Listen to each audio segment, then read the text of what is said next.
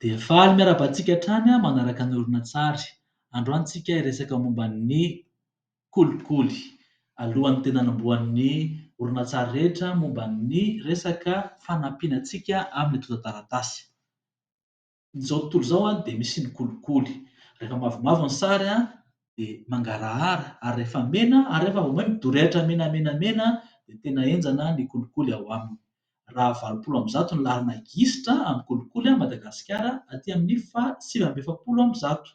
Raha hitantsika ny taona fito ambin'ny folo sy roa arivo hatramin'ny roapolo sy roa arivo dia tsy tena hoe nivoatra firy Madagasikara fa nahazo skôro 24-25, 24-25 izany hoe eo foana izany.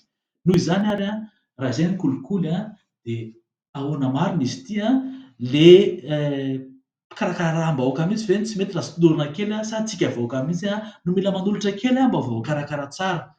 Ataovy amin'ny commentaire ny eritreritrao dia amin'ny manaraka indray misaotra indrindra tompoko velomo.